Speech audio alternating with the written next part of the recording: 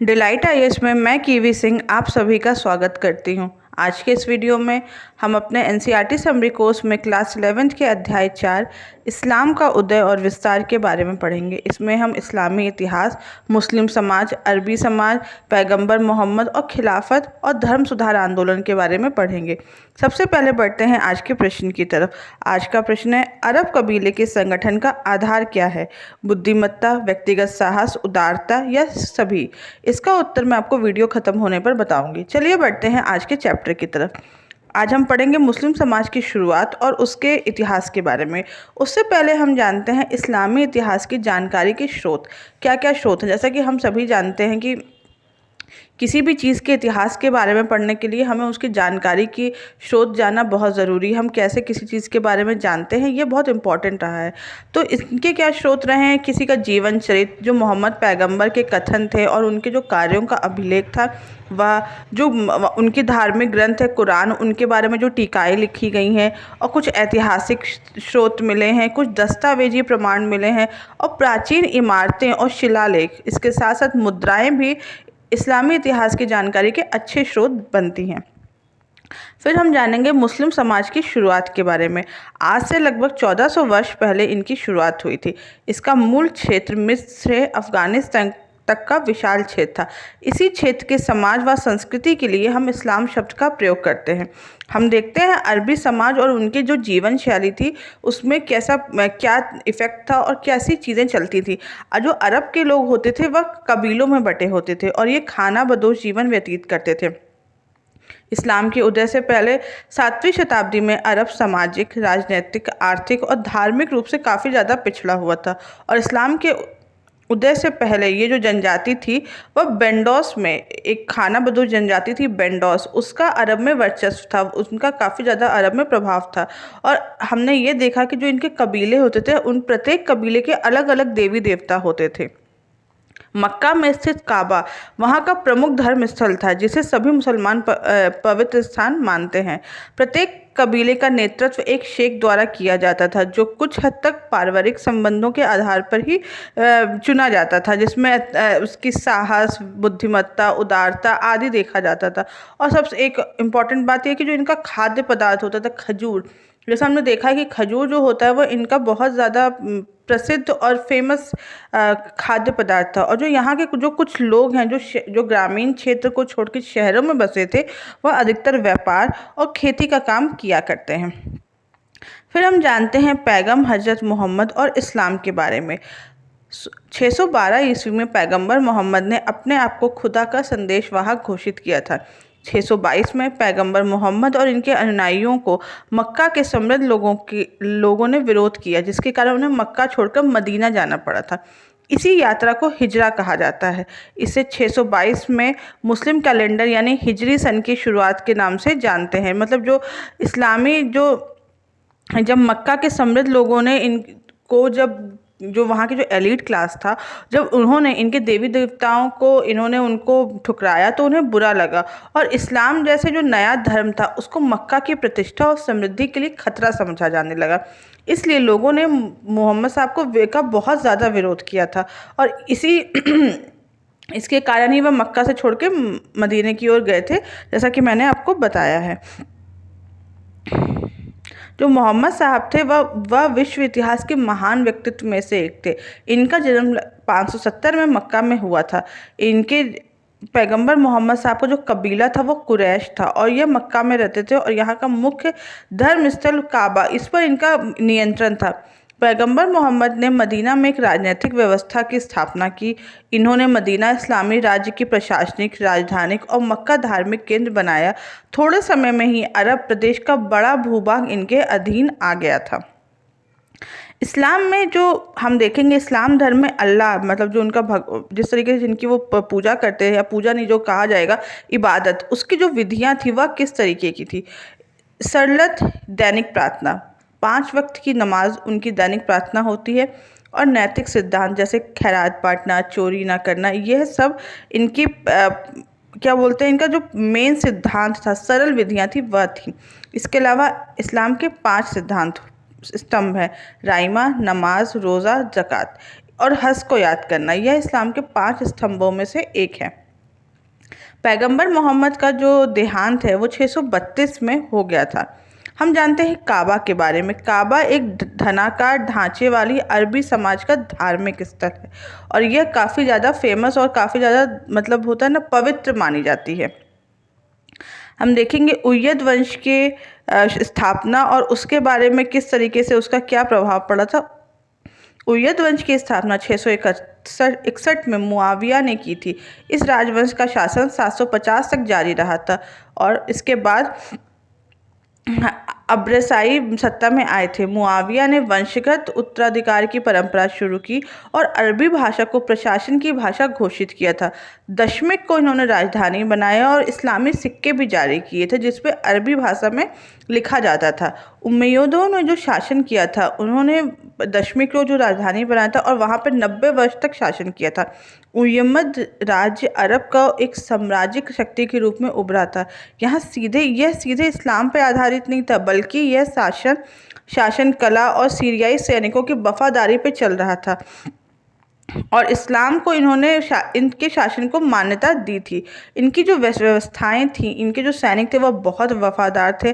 प्रशासन में ईसाई सलाहकार और इसके अलावा जस्तुक लिपिक और अधिकारी भी शामिल थे। इन्होंने अपनी अरबी सामाजिक की पहचान बना के रखी थी और इनका जो शासन था वह खिलाफत पर नहीं जबकि राजतंत्र पर आधारित था और यहाँ पर उत्तराधिकारी वंशानुगत जो परंपरा थी वह चल रही थी। और इनका अंत कैसे हुआ?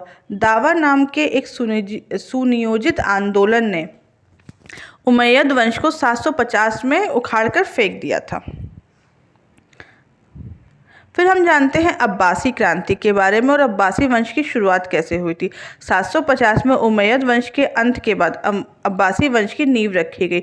इन्होंने बगदाद को राजधानी बनाया, सेना और नौकरशाही का पुनर्गठन किया, इस्लामी संस्थाओं और विद्वानों को संरक्षण दिया।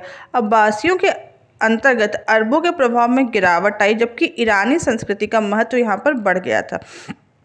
उमैयदों के शासनकाल को अब्बासियों ने दुष्टों का शासन बताया था और उन्होंने यह दावा किया कि वह पैगंबर मोहम्मद के मूल इस्लाम की स्थापना करेंगे। अब्बासियों ने दावा नाम का एक आंदोलन चलाया और उमैयद वंश के शासन को उखाड़ के फेंक दिया था। इसी के साथ क्रांति से न केवल वंश का परिवर्तन हुआ बल्कि इस्लाम के राजनीतिक ढांचे और संस्कृति में भी काफ़ी बदलाव आए थे। इसे अब्बासी क्रांति के नाम से हम जानते हैं। अब्बासी संस्कृति क्रांति के क्या कारण हो सकते हैं? अरब सैनिक अधिकांशतः जो ईरान से आए थे वह सीरियाई लोग के प्रभुत्व से नाराज थे और जो उमैयदों ने अरब नागरिकों से करों और रियायतों को विशेषाधिकार देने का जो वादा किया था वह इन्होंने पूरा नहीं किया था। इसके साथ साथ ईरानी मुसलमानों को अपनी जातीय चेतना से ग्रस्त अरबों के साथ तिरस्कार की भावना का शिकार होना पड़ता था जिससे वह किसी भी अभियान में शामिल होकर अपनी आज़ादी चाहते थे। और इसके साथ साथ उम्मयद राजवंश राजतंत्र पर आधारित था और इन्हें ऐसा शासन नहीं चाहिए था। अब्बासी शासन के अंतर्गत अरबों के प्रभाव में काफ़ी ज़्यादा गिरावट आई थी और ईरानी संस्कृति का महत्व बढ़ गया था। अब्बासियों ने अपनी राजधानी बगदाद में स्थापित की थी। प्रशासन में इराक और खुरासान की भागीदारी सुनिश्चित करने के लिए सेना और नौकरशाही का जो गठन किया गया था वह गैर कबीलाई आधार पर किया गया था और इन्होंने खिलाफत की धार्मिक स्थिति और कार्यों को और मजबूत बनाया और इस्लामी संस्थाओं और विद्वानों को संरक्षण भी प्रदान किया था। और एक जानने योग्य बात यह है कि अब्बासियों ने भी उमैयदों की तरीके राजतंत्र को ही जारी रखा था और इनके जो शासन की अब्बासियों का जो राजवंश था वह 9वीं शताब्दी में अब्बासिद साम्राज्य का पतन हो गया था। इसका फ़ायदा उठाते हुए कई सल्तनतें उभरी और मध्यकाल था उस समय काफ़ी ज़्यादा शासनों की शुरुआत हुई थी। फिर हम देखते हैं खिलाफत की शुरुआत के बारे में। खिलाफत क्या था? सन 632 में मोहम्मद पैगंबर का निधन हो गया और अगले पैगंबर की वैधता के अभाव में राजनीतिक जो सत्ता थी वह उमा को अंतरित कर दी गई थी। इस प्रकार जो खिलाफत संस्था का आरंभ हुआ था। समुदाय का नेता जो पैगंबर था वही प्रतिनिधि और खलीफा बन गया था। इसके दो प्रमुख उद्देश्य थे, कबीलों पर नियंत्रण कायम करना और उनसे उमा का गठन करना और इसके साथ साथ राज्यों के लिए संसाधनों को जुटाना। पहले 4 खलीफाएं हजरत अबू बकर, हजरत उमर, हजरत उस्मान और हजरत अली हुए। फिर हम देखते हैं खिलाफत वंश का अंत कैसे हुआ था। सन 632 में पैगंबर हजरत मोहम्मद के देहांत के बाद खिलाफत की गद्दी को 4 खलीफाओं ने सुसज्जित कर लिया और आखिरी में अंतिम और चौथे खलीफा हजरत अली की हत्या के बाद खिलाफत को समाप्त कर दिया गया था। फिर हम देखेंगे धर्म युद्ध के बारे में, किस तरीके से धर्म युद्ध हुआ और धर्म के लिए जो दो धर्मों के बीच में जो टकराव था वह कैसे बढ़ा। ईसाई और इस्लामी जगत के बीच जो शत्रुता बढ़ने लगी थी, इसका प्रमुख कारण धार्मिक संगठनों में परिवर्तन था। 1095 में पूर्ण भूमि को मुक्त कराने के लिए ईश्वर के नाम पे जो भी युद्ध लड़े गए उन्हें हम धर्म युद्ध कहते हैं। यह 1095 से 1291 के बीच में लड़े गए थे। और यह 3 जो पवित्र जन्मभूमि क्या है, वह जेरूसलम या आज का यरूशलेम है। उसे हम उस समय के ईसाई और इस्लाम दोनों के लिए बहुत पवित्र भूमि थी।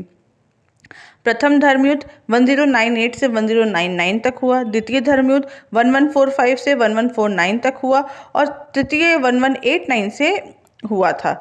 और इस युद्ध के क्या प्रभाव हुए वो देखते हैं। मुस्लिम राज्यों का ईसाइयों के लिए बहुत कठोर रुख देखने को मिला और मुस्लिम सत्ता की बहाली के बावजूद हम देखते हैं कि व्यापार में इटली का प्रभाव ज़्यादा था। वहाँ सूफियों का उदय हुआ, दर्शन शास्त्र और विज्ञान में रुचि बढ़ी। इसके साथ साथ अरबी कविता जो बंद हो चुकी थी, मतलब एक तरीके से इसका आविष्कार दोबारा होना शुरू हुआ। फारसी भाषा का विकास होने लगा और गजनी फारसी साहित्य का एक केंद्र बन के उभरा था। फिरदौसी नामक एक शाहनामा ग्रंथ लिखा गया था। एक हम महिला सूफी संत के बारे में पढ़ते हैं जिनका नाम राबिया था, जो कि एक बहुत प्रसिद्ध सूफी संत में जानी जाती हैं। और सूफीवाद सभी के लिए खुल गया था, सूफीवाद के द्वार सभी के लिए खुल गए थे। धार्मिक इमारतें मुस्लिम इस्लामी दुनिया की एक पहचान बनी। मतलब जो धर्म के आधार पर जो मस्जिदें और जो मज़ारें बनाई गई थी वह काफ़ी ज़्यादा थी। इसमें मस्जिदें, इबादत गाह, मकबरे आदि शामिल हैं। और इनका जो वास्तुशिल्प था, जैसे इसमें गुंबद का प्रयोग किया गया, मीनारों का प्रयोग किया गया, खुला प्रांगण और इसके साथ साथ खम्भों के सारे छत, मेहराब आदि का प्रयोग किया गया, जो एक तरीके से इनकी वास्तुकला को बहुत अच्छा प्रभाव देता है। फिर हम देखेंगे कागज के आविष्कार से क्या प्रभाव पड़ा। कागज चीन से आया था और इसके आविष्कार के बाद इस्लामी जगत में लिखित रचनाओं का व्यापक रूप से प्रयोग होने लगा। समूचे मानव इतिहास से संबंधित 2 प्रमुख ग्रंथ अनसब अल अशरफ सामंतों की वंशावली बालूधरी द्वारा और तारीख अल रसूल वुल मल्क पैगंबरों और राजाओं का इतिहास, ये ताबरी द्वारा लिखा गया था। और इस्लाम में हमने देखा है, इस्लाम में कला और शिल्प की क्या स्थिति थी। हम देखते हैं कि वहाँ पर खुशनवीसी, अच्छा खत्तासी और सुंदर लिखने की कला का विकास किया गया और बहुत ज़्यादा प्रचलित हुई थी। और अरबेस्क, ज्यामितीय और वनस्पति डिज़ाइन को आविष्कार को बढ़ावा मिला है। और इस्लामियों में प्राणियों के चित्रण को मनाही थी, ये हमने देखा है। और इमारतों की सजाने के लिए भी ज्यामितीय और वनस्पतीय डिज़ाइनों का, मतलब जो ज्योमेट्रिकल और जो पेड़ पौधे या फूलों का प्रयोग ज़्यादातर किया जाता है। फिर हम देखेंगे मध्यकालीन इस्लामी जगत में शहरीकरण की मुख्य विशेषताएं क्या थी। यहाँ पे शहरों में तेजी से वृद्धि हुई थी, शहरों का विकास बहुत तेजी से हुआ और बहुत सभ्यता, इनकी इस्लामी सभ्यता जो थी वो बहुत अच्छे से फली फूली थी। इनका जो मुख्य उद्देश्य था वह जो सैनिक थे उनको बसाना, खुफा, बसरा और फुस्ताद, काफिरा, बगदाद, समरकंद जैसे शहरों को फौजी शहर में कन्वर्ट करना था। शहरों के विकास एवं विस्तार के लिए खाद्यान्न उत्पादन तथा उद्योगों को बढ़ावा मिला।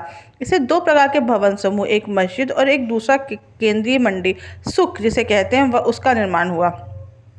केंद्रीय मंडियों में दुकानों की कतारें, व्यापारियों के आवास, इसके अलावा सराफों का कार्यालय, प्रशासकों, विद्वानों और व्यापारियों के घर भी हमें देखने को मिलते हैं। मंडी की प्रत्येक इकाई में अपनी मस्जिद, गिरजाघर और सिनोगेग, यह यहूदियों का प्रार्थना घर है, यह देखने की बात है। अच्छा, हमने यरूशलेम के बारे में पढ़ा। मैं आपको एक पॉइंट बताना चाहूँगी कि यह ईसाई, मुस्लिम और यहूदियों तीनों के लिए एक बहुत बड़ा धार्मिक स्थल है और मतलब एक बहुत मान्यता है वहाँ की। और हमने ये देखेंगे कि जो शहर, फिर वापस आते हैं, शहर के जो बाकी बाहरी इलाके थे वहाँ गरीबों के मकान, सब्जी फल के बाजार और काफिलों के ठिकाने और दुकानें आदि थी। और चार दीवारी के अंतर्गत हमें वहाँ पे कब्रिस्तान भी देखने को मिलता है और सराय भी देखने को मिलती है। और हमें एक और नोट करने वाली बात है कि यहाँ पे जो शहरों की जो स्ट्रक्चर था उसमें समानता नहीं थी, मतलब शहर एक जैसे नहीं बने हुए थे, अलग अलग स्थिति में यहाँ पर बने हुए थे। अब वापस आते हैं आज के प्रश्न की तरफ। आज का प्रश्न था अरब कबीले के संगठन का आधार क्या है? तो इसका उत्तर होगा उपरोक्त के सभी, अर्थात बुद्धिमत्ता, व्यक्तिगत साहस और उदारता, यह तीनों अरब कबीलों के संगठन का आधार था। आज के वीडियो में बस इतना ही। अगर आपको इस वीडियो से रिलेटेड कोई भी डाउट हो तो आप मुझे कमेंट बॉक्स में बताएं और फ्री PDF के लिए हमारे टेलीग्राम ग्रुप को ज्वाइन करें। Thank you so much.